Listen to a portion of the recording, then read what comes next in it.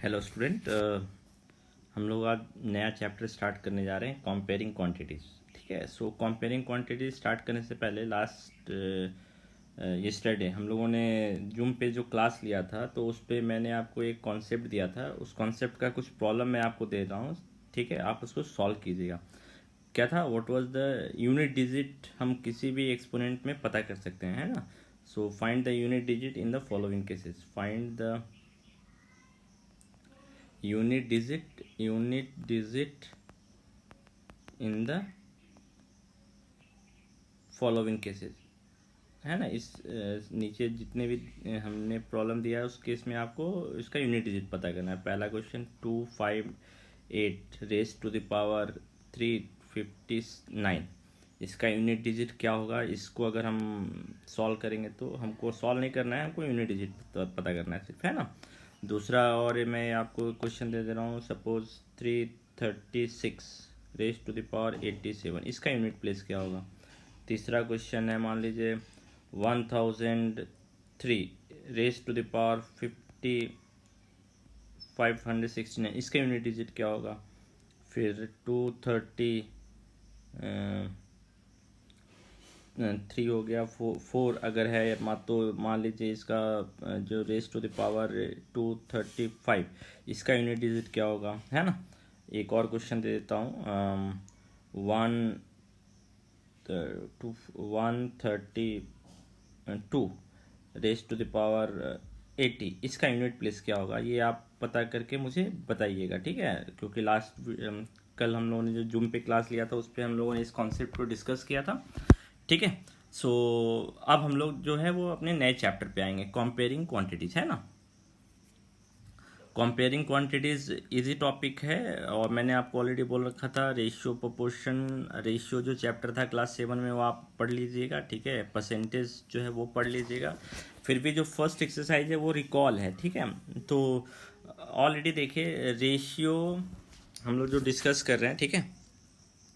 आपका जो रेशियो है और परसेंटेज है, ये दोनों एक दूसरे से बहुत मिलता जुलता है ना। परसेंटेज रिलेशन भी है, दोनों में रिलेशन भी देखेंगे। रेशियो और परसेंटेज में क्या अंतर है, ठीक है। रेशियो और परसेंटेज में क्या अंतर है ये हम लोग देखेंगे, ठीक है। सो ये बहुत टफ नहीं है, ठीक है। सो इजी टॉपिक है ये। सो इसको हम लोग पहले रेशियो को देखते हैं। रेशियो क्या है, देखिए रेशियो जो है वो दो क्वांटिटी के बीच का रिलेशन है, ठीक है। सो ये हमेशा दो क्वांटिटी के बीच में रिलेशन देता है, ठीक है। और वो क्वांटिटी भी ऑलमोस्ट सेम होती है, सेम क्वांटिटी के बीच में रिलेशन देता है, ठीक है। तो ये सारे कंडीशन है रेशियो के। दूसरा सेम यूनिट होना चाहिए क्वांटिटी का, है ना। ऑब्वियसली सेम क्वांटिटी होगा तभी यूनिट सेम होगा। अगर अलग अलग क्वांटिटी होगी तो यूनिट सेम नहीं होगा। अगर यूनिट सेम नहीं है तो आपको यूनिट सेम बनाना पड़ेगा। एंड रेशियो कभी भी नेगेटिव नहीं होता है, सो नॉट नेगेटिव, है ना। और फोर्थ कंडीशन क्या है, it has no unit. Ratio का कोई यूनिट नहीं होता है। जैसे डिस्टेंस का यूनिट होता है ना, किलोमीटर मीटर, वैसे रेशियो का कोई यूनिट नहीं होता है, इट इज़ यूनिटलेस, ठीक है। सो ये 4 बेसिक पार्ट हैं रेशियो के साथ, इसको आप ध्यान रखिएगा, ठीक है। अब हम लोग रेशियो निकालना देखते हैं, ठीक है। तो रेशियो निकालने से पहले कन्वर्जन थोड़ा सा हम लोग देख लेते हैं। क्लास 7 में हम लोगों ने कन्वर्जन भी पढ़ा था बहुत सारा। मैं कुछ कन्वर्जन आपको अभी जैसे दे रहा हूँ। 1 किलोमीटर में कितना मीटर होता है, 1000 मीटर होता है। 1 मीटर में कितना सेंटीमीटर होता है, 100 सेंटीमीटर होता है। 1 किलोग्राम में कितना ग्राम होता है, 1000 ग्राम होता है, ठीक है। 1 ग्राम में कितना मिलीग्राम होता है, 1000 मिलीग्राम होता है।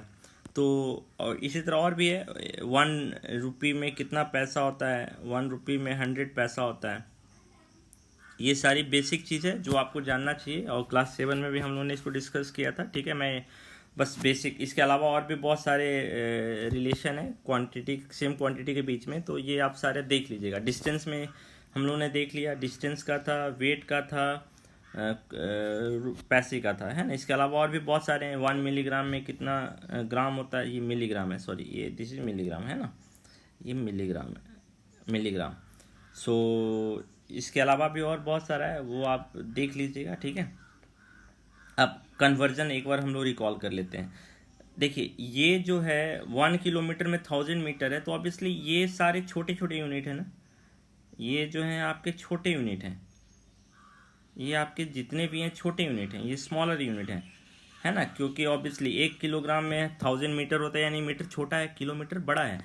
1 मीटर में 100 सेंटीमीटर, यानी कि कौन बड़ा है, मीटर बड़ा है, 100 सेंटीमीटर छोटा है। और ये सारे आपके यूनिट जो हैं वो छोटे यूनिट हैं, है ना, ये बड़े यूनिट हैं, है ना, ये बड़े यूनिट हैं। और इधर जो हमारा यूनिट है ये क्या है, छोटा यूनिट है। आरएचएस में जो यूनिट है ये छोटा यूनिट है, एलएचएस में जो, ये आप ध्यान रखिएगा। अब कन्वर्जन का जो बेसिक रूल है वो यूनिटरी मेथड से भी आप सॉल्व कर सकते हैं। जैसे आपको मान लीजिए कि 5 और कुछ हम लोग डायरेक्ट भी देखेंगे, ये आप ध्यान रख सकते हैं। क्या ध्यान रखेंगे, अगर आप कभी भी बिगर यूनिट से स्मॉलर यूनिट में जाएंगे, ठीक है, अगर आप कभी भी बिगर यूनिट से स्मॉलर यूनिट में जाएंगे, है ना, तो आप हमेशा क्या करेंगे, मल्टीप्लाई, और मल्टीप्लाई इसी नंबर से करेंगे, ये जो नंबर है हमारे पास। और जब आप स्मॉलर यूनिट से बिगर यूनिट में जाएंगे तो आप क्या करेंगे, डिवाइड। डिवाइड किससे करेंगे, इसी सारे नंबर से करेंगे, 1000 100 जो है ना। एग्जाम्पल देख लेते हैं तो आपको समझ में आ जाएगा, ठीक है। मान लीजिए आपको 5 किलोमीटर को मीटर में कन्वर्ट करना है, तो आपको किस कॉन्सेप्ट का यूज़ करना है, बिगर यूनिट से स्मॉलर यूनिट में जाना है, बिगर यूनिट से स्मॉलर यूनिट में जाना है। तो आप क्या करेंगे, मल्टीप्लाई, यानी कि अगर 5 किलोमीटर को मीटर में कन्वर्ट करना है तो 5 को 1 किलोमीटर में कितना मीटर होता है वो आप देख लीजिए, 1000 मीटर होता है, तो 1000 से आपको क्या करना पड़ेगा, मल्टीप्लाई। तो 1000 से आप मल्टीप्लाई कर दीजिए तो ये मीटर में कन्वर्ट हो जाएगा, 5000 मीटर। अगर ये ऐसा रहता, मान लीजिए 8000 मीटर है, इसको आपको कन्वर्ट करने बोलता कि किलोमीटर में कन्वर्ट करो, ठीक है, तो आप कौन से कॉन्सेप्ट का यूज़ कर रहे हैं, आप यूज़ कर रहे हैं स्मॉलर यूनिट से बिगर यूनिट में जाने के कॉन्सेप्ट का यूज़ कर रहे हैं, है ना। तो आप क्या करेंगे उस केस में, डिवाइड इसी नंबर से करेंगे, है ना। तो 8000 को आप क्या करेंगे, 8000 को आप 1000 से डिवाइड कर देंगे तो क्या आएगा, 8 किलोमीटर। सो मेरे ख्याल से ये कॉन्सेप्ट आपको ध्यान रखना होगा, ठीक है, कि अगर आप जब भी स्मॉलर यूनिट से बिगर यूनिट में जाएंगे तो डिवाइड करेंगे, और बिगर से स्मॉलर जाएंगे तो मल्टीप्लाई। एक ये कॉन्सेप्ट है, और इसके पीछे जो मैथमेटिकल कॉन्सेप्ट है वो है यूनिटरी मेथड, है ना।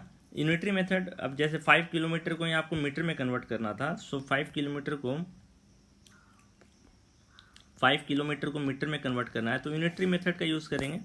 हमको कन्वर्जन पहले याद रखना पड़ेगा, हमको किस में जाना है, मीटर में। तो यूनिटरी मेथड में जिस चीज़ को फाइंड आउट करना होता है वो राइट हैंड साइड में होता है, और जो पता होता है वो लेफ्ट हैंड साइड में। तो लेफ्ट हैंड साइड इधर है, ये लेफ्ट हैंड साइड है, ये राइट हैंड साइड है। तो आपको पता क्या करना है, मीटर। तो जो कन्वर्जन है वो ऐसे होगा, 1 kilometre is equal to how many metre, 1000 metre. तो 5 kilometre is equal to how many metre. तो इस केस में जो वैल्यू आएगी वो मेरे ख्याल से अधिक होगी। 1 किलोमीटर में जब 1000 मीटर है तो 5 किलोमीटर में और अधिक मीटर आएगा, तो अधिक के लिए हम क्या करते हैं, मल्टीप्लाई।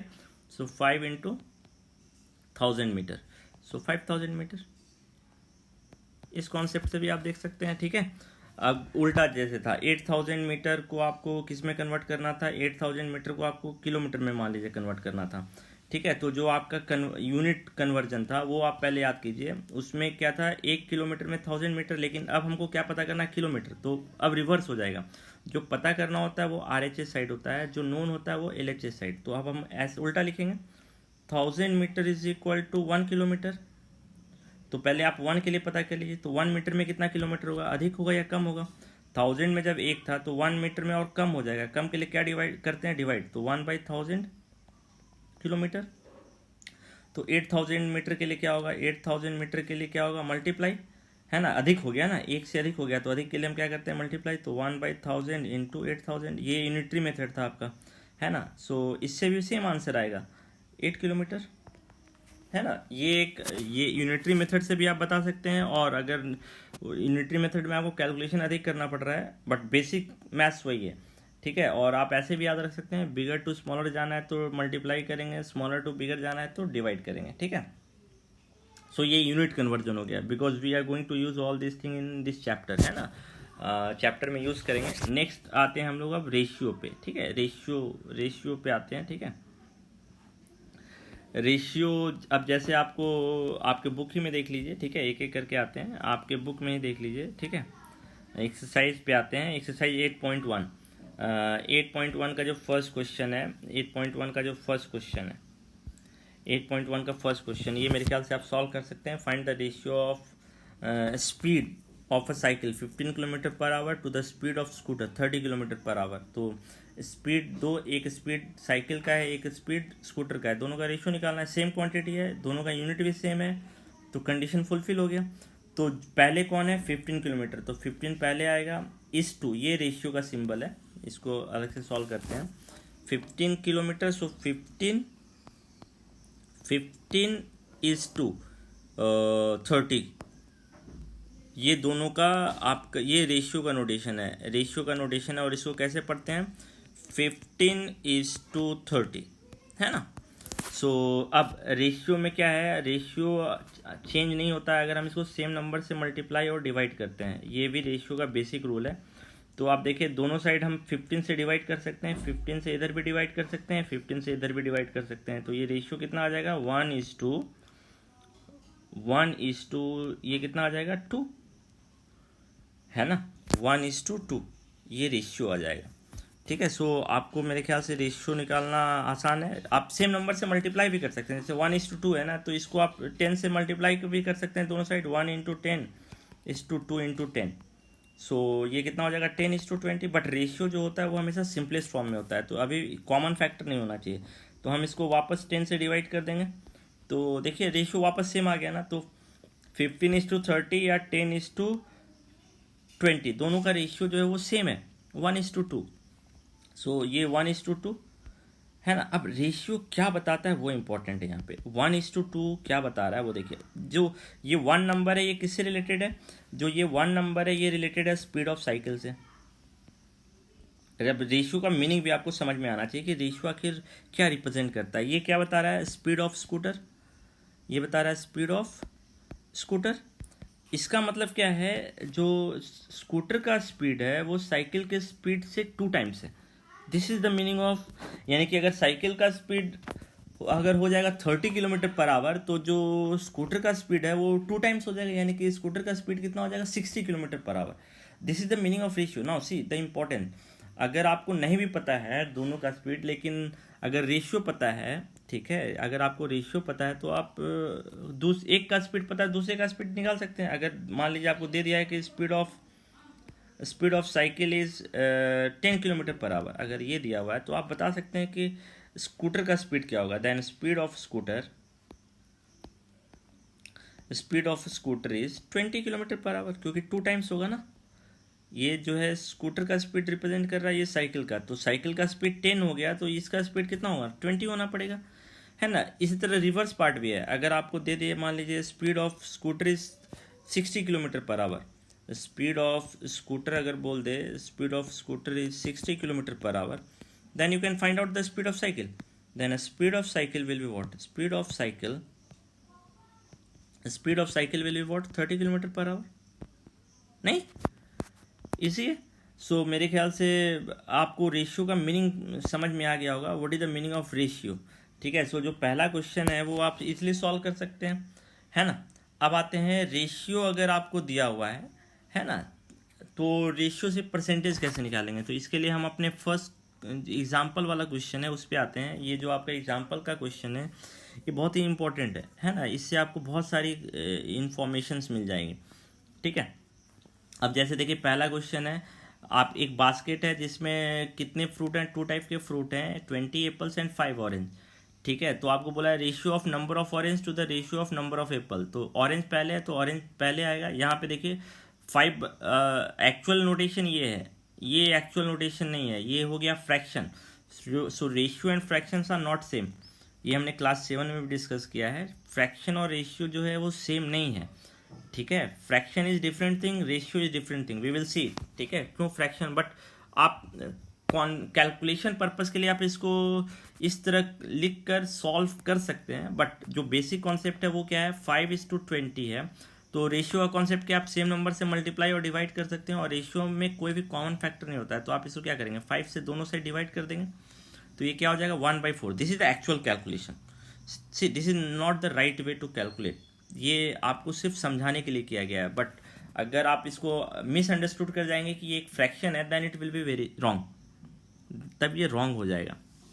अब 1:4 हो गया ना, 1 किसको रिप्रेजेंट कर रहा है, 1 जो है आप ऑब्जर्व कीजिए, 1 जो पहले क्या आया था नंबर ऑफ ऑरेंज, तो 1 4 ऑरेंज को रिप्रेजेंट कर रहा है, और 4 किसको रिप्रेजेंट कर रहा है, नंबर ऑफ एप्पल्स, यानी कि बोल रहा है कि number of apples is 4 times the number of oranges, oranges के नंबर का 4 टाइम्स होगा नंबर ऑफ एप्पल्स, यानी कि अगर ऑरेंजेस आपके पास मान लीजिए 10 है तो एप्पल्स कितने होंगे, 40 होंगे। ये रेशियो आपको बताता है ना। सो मेरे ख्याल से कोई प्रॉब्लम नहीं होनी चाहिए रेशियो में, ठीक है। अब रेशियो और फ्रैक्शन में क्या अंतर है वो आप पहले समझ लीजिए। रेशियो 2:3 है ना, इसका मतलब है क्या है कि आपके पास टोटल 5 पार्ट थे। See I am telling you the meaning of ratio and fraction, what is the difference between ratio and fraction. Ratio अगर 2:3 दिया हुआ है, इसका मतलब आपके पास टोटल 5 पार्ट थे। अब 5 पार्ट किस चीज़ के थे, वो कोई भी चीज़ हो सकता है, इक्वल पार्ट 1 2 3 4 5 इक्वल पार्ट थे, जिसमें इस पार्ट का और इस पार्ट का हमने रेशियो निकाला, तो क्या आएगा 2:3। अब ये 20 पार्ट भी हो सकता है और ये 30 पार्ट भी हो सकता है, इसका रेशियो भी 2:3 आएगा। ये 60 भी हो सकता है और ये 90 भी हो सकता है, इसका रेशियो भी 2:3 आएगा। अब ये कितना पार्ट था, बट ये टोटल, ये रेशियो ये बता रहा है कि टोटल पार्ट 5 थे, हमने उस 5 टोटल इक्वल पार्ट 5 थे, उसका 2 पार्ट किया और 3 पार्ट किया, ये रेशियो बताता है। अब फ्रैक्शन पे आते हैं, फ्रैक्शन क्या बताता है, ठीक है। So ratio is different thing, ratio fraction क्या बता रहा है, फ्रैक्शन बता रहा है 1:4 है, 1:4 है, यानी कि हमने 4 इक्वल पार्ट किए थे। देखिए अगर इसको आप 2/3 लिख देंगे तो ये फ्रैक्शन से बिल्कुल, फ्रैक्शन का मीनिंग अगर इसमें अप्लाई करेंगे तो ये गलत कॉन्सेप्ट आपको देने लगेगा। देखिए फ्रैक्शन क्या बता रहा है, आपके पास टोटल 4 पार्ट थे, यानी कि यहाँ पे ये जो बता रहा है ये टोटल पार्ट बता रहा है, यानी कि आपके पास टोटल कितने पार्ट थे, 4 इक्वल पार्ट थे, ठीक है। आपके पास टोटल जो थे वो 4 इक्वल पार्ट थे, ठीक है। आपके पास टोटल 4 इक्वल पार्ट थे, ठीक है। उसमें हमने एक पार्ट का यूज़ किया, यानी कि आप मान लीजिए आपको चार मान लीजिए कि एक पार्ट किसी को देना है इक्वल पार्ट, तो आप एक ब्रेड का 4 पार्ट कर लीजिए और 4 पार्ट में से एक पार्ट उसको दे दिया, तो कितना पार्ट दिया आपने, 1/4 पार्ट दिया। ये फ्रैक्शन बताता है। अगर आप देखिए इस रेशियो को फ्रैक्शन के टर्म में लिख देंगे तो आपको लगेगा कि टोटल 3 पार्ट थे और उसका हमने टोटल 3 पार्ट थे और उसका हमने 2 पार्ट यूज़ किया, तो ये गलत मीनिंग निकल जाएगा ना, जबकि एक्चुअल मीनिंग क्या है, टोटल 5 पार्ट थे। ये जो है टोटल 5 पार्ट थे, फ्रैक्शन रेशियो का मतलब ये है। और फ्रैक्शन में क्या है, यानी कि आप फ्रैक्शन को रेशियो में नहीं लिख सकते, 1:4 अगर लिखेंगे तो ये गलत हो जाएगा। इसका मतलब है टोटल 5 पार्ट थे, इसका मतलब हो जाएगा, जबकि टोटल में एक्चुअल में कितने पार्ट थे, एक्चुअल में 4 ही पार्ट थे, है ना। सो ये चीज़ ध्यान रखिएगा कि ratio is different thing, fraction is different thing.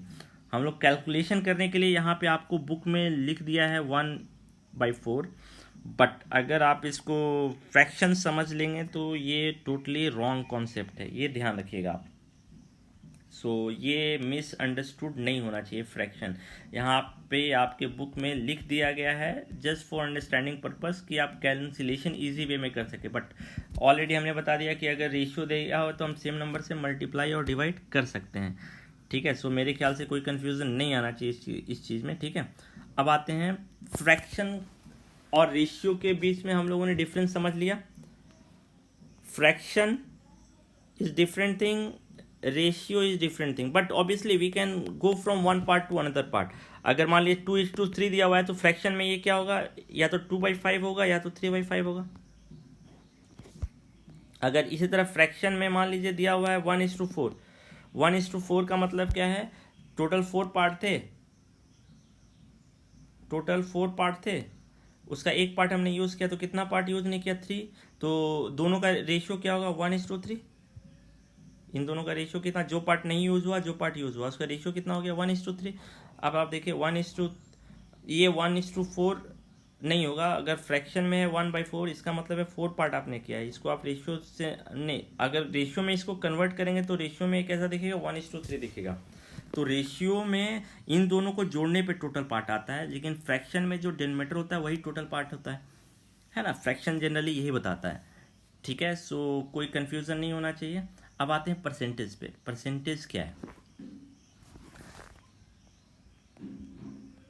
Percentage जिस चीज़ को आपका निकालना है, मान लीजिए ए का परसेंटेज निकालना है, तो जिसका भी परसेंटेज निकालना है वो न्यूमरेटर में बाय ओरिजिनल, ये ए से पहले ओरिजिनल चीज़ क्या थी वो इनटू 100, ये परसेंटेज का फॉर्मूला है, ये हमेशा ध्यान रखिए।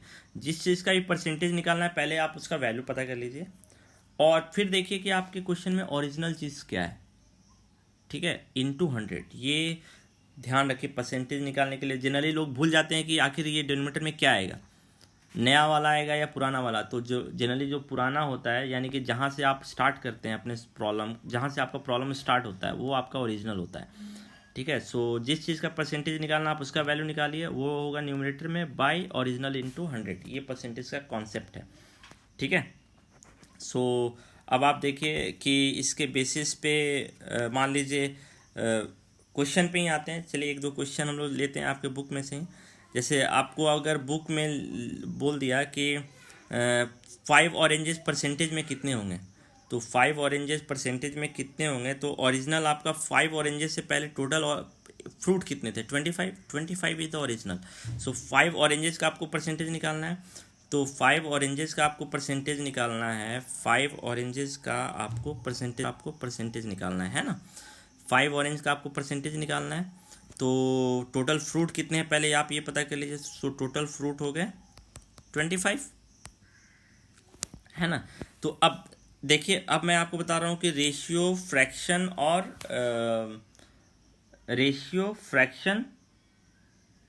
और परसेंटेज तीनों को रिलेटेड हैं। अब टोटल 20 एप्पल थे, 5 ऑरेंज थे, तो दोनों का रेशियो कितना आया था, ऑरेंज और एप्पल का रेशियो जो आया था, ऑरेंज और एप्पल का रेशियो आप देख लीजिए। ऑरेंज और एप्पल का जो रेशियो आया था वो आया था 1:4। जो 1 था वो क्या रिप्रेजेंट कर रहा था, ऑरेंज, और 4 क्या रिप्रेजेंट कर रहा था, एप्पल। ये रेशियो था। इसका मतलब टोटल फ्रूट कितने थे, 5, उसमें 1 फ्रूट ऑरेंज था और 4 फ्रूट एप्पल थे। इसका मतलब ये हो गया। तो अगर इसको मैं फ्रैक्शन में लिखूंगा, ऑरेंज को अगर मैं फ्रैक्शन में डिनोट करूंगा, तो ऑरेंज फ्रैक्शन में कितना होगा, 1/5। इसको अब आप समझ रहे हैं कि ये फ्रैक्शन नहीं है। ऑरेंज को अगर मैं बोलूँगा कि ऑरेंज फ्रैक्शन में कितना था, 1/5 था, यानी कि 5 ऑरेंज का 5 फ्रूट में 1 ऑरेंज एप्पल था, तो ऑरेंज का फ्रैक्शन कितना होगा, 1/5। अब परसेंटेज पे आते हैं। परसेंटेज ऑफ ऑरेंज कैलकुलेट करना है, तो अब परसेंटेज कैलकुलेट करने का आप परसेंटेज जो है वो फ्रैक्शन से कैलकुलेट कर सकते हैं, इससे भी कैलकुलेट कर सकते हैं, रेशियो से भी कैलकुलेट कर सकते हैं। तो पहले हम लोग नंबर से आते हैं। तो आपको ऑरेंज का परसेंटेज निकालना है, तो ऑरेंज का नंबर बाय ओरिजिनल कितना है, 25 फ्रूट इंटू 100, 25 4 जा 20%, यानी कि 20% जो है वो ऑरेंज है। और परसेंटेज हमेशा 100 में होता है, यानी कि 100%, 100 में 20 जो है वो ऑरेंज है। ये परसेंटेज बताता है। इसका मतलब क्या है, 100 फ्रूट में, परसेंटेज का मीनिंग क्या है, 100 फ्रूट में 20 जो है वो ऑरेंज है, ये परसेंटेज बताता है, ठीक है। अब अगर फ्रैक्शन अगर आपको दिया हुआ है तो आप परसेंटेज कैसे निकालेंगे, तो फ्रैक्शन दिया हुआ है तब भी ईजी है। फ्रैक्शन को आप 100 से मल्टीप्लाई कर दीजिए। ये ऑरेंज का फ्रैक्शन था, पहले आप देख लीजिए कि किसका परसेंटेज निकालना है। जिसका परसेंटेज निकालना है उसका फ्रैक्शन आप पता कीजिए। तो ऑरेंज का परसेंटेज निकालना है, तो ऑरेंज का फ्रैक्शन पता कीजिए कितना होगा ऑरेंज फ्रैक्शन में, तो 1/5, उसको आप 100 से मल्टीप्लाई कर दीजिए, ये भी 20% आएगा। देखिए आ रहा है ना। अगर रेशियो दिया हुआ है, तो रेशियो में पहले आप टोटल पता कर लीजिए, 1 + 4 5, यानी कि आपको फ्रैक्शन में जाना ही पड़ेगा। रेशियो दिया हुआ है तो आप फ्रैक्शन से जाइए और इसको 100 से मल्टीप्लाई कर दीजिए, तो आपको पता चल जाएगा कि कितने परसेंट फ्रूट हैं। तो आपको परसेंटेज और फ्रैक्शन दोनों सेम चीज़ है। अब आप देखिए परसेंटेज और फ्रैक्शन सेम चीज़ है। देखिए रेशियो और फ्रैक्शन सेम नहीं है, रेशियो और परसेंटेज भी सेम नहीं है, बट फ्रैक्शन और परसेंटेज सेम है। दोनों ऑलमोस्ट सेम मीनिंग बताता है, दोनों से हम एक दूसरे से कन्वर्ट कर सकते हैं। देखिए कैसे, 20% का मतलब क्या है, परसेंटेज को आप हटाएंगे तो 100, 20/100, आप इसको आप सिंप्लीफाई कीजिए तो 1/5। देखिए फ्रैक्शन आ गया, और फ्रैक्शन है, इसको आप 100 से मल्टीप्लाई कर दीजिए तो देखिए परसेंटेज में कन्वर्ट हो गया। यानी कि दोनों एक दूसरे में कन्वर्ट हो सकते हैं। फ्रैक्शन से आप परसेंटेज में जा सकते हैं, परसेंटेज से आप फ्रैक्शन में जा सकते हैं, है ना। लेकिन आप रेशियो से फ्रैक्शन में नहीं जा सकते हैं, रेशियो से परसेंटेज में डायरेक्ट नहीं जा सकते हैं, रेशियो से पहले आपको फ्रैक्शन में जाना पड़ेगा, फ्रैक्शन से आप परसेंटेज में जा सकते हैं। ठीक है, सो आप देखिए मेरे ख्याल से आप तीनों में डिफरेंस समझ चुके होंगे, रेशियो में क्या अंतर है, परसेंटेज में क्या अंतर है, फ्रैक्शन में क्या अंतर है। बट रेशियो और फ्रैक्शन, परसेंटेज और फ्रैक्शन जो है वो सेम चीज़ बताता है, रेशियो थोड़ा सा अलग है, लेकिन आप फ्रैक्शन और परसेंटेज में कन्वर्ट कर सकते हैं रेशियो से, है ना। तो ये आप ध्यान रखिएगा।